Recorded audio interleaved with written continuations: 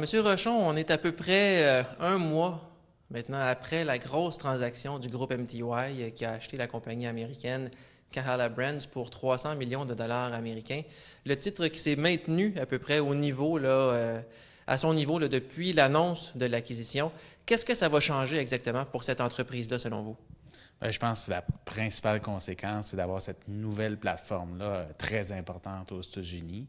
Donc, non seulement ils mettent la main, je pense, à peu près 2800 restaurants aux États-Unis, en fait des franchisés, là. Mais c'est surtout qu'ils vont pouvoir aussi utiliser leur propre marque canadienne. Je pense à disons, Thai Express ou Sushi Shop pour aller à une meilleure plateforme pour attaquer le marché américain, hein.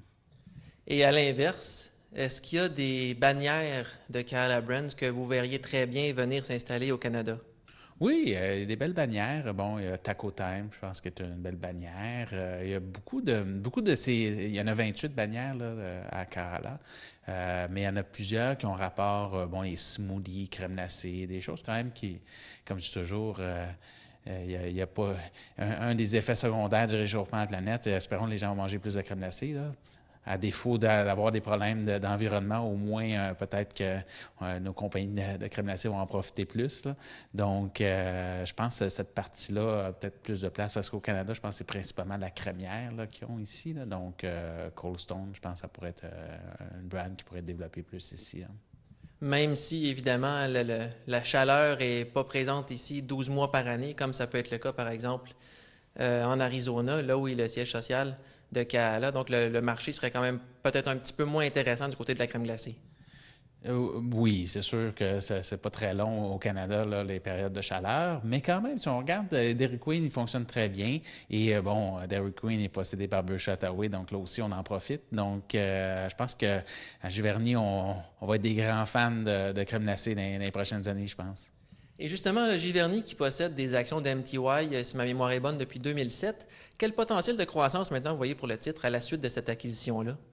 Ben, je pense que ça va continuer comme toujours à suivre la croissance des profits par action. Depuis qu'on est actionnaire, je pense que sa première année, on était actionnaire, il faisait à peu près 50 cents de profit par action. Le titre était 9 à l'époque.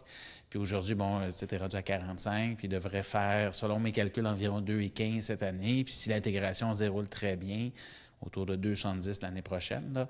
Donc, je pense que c'est juste de rester dans les co-bénéfices, là, probablement entre 17 et 20 fois dans le futur. Et le titre devrait suivre la croissance des profits par action, là.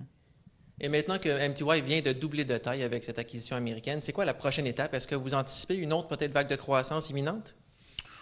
Ben, je pense qu'il va y avoir une période quand même qui va durer un an ou deux. Je pense que ça va être d'intégrer l'acquisition. Puis peut-être, je pense, une des premières choses que moi, en tout cas, j'étais à la place de Stanley Ma, mais je ne le suis pas, là, mais si je l'étais, ben, je pense que ça serait de trouver là, les brands qui a le meilleur potentiel d'expansion aux États-Unis, puis de focuser là-dessus, là.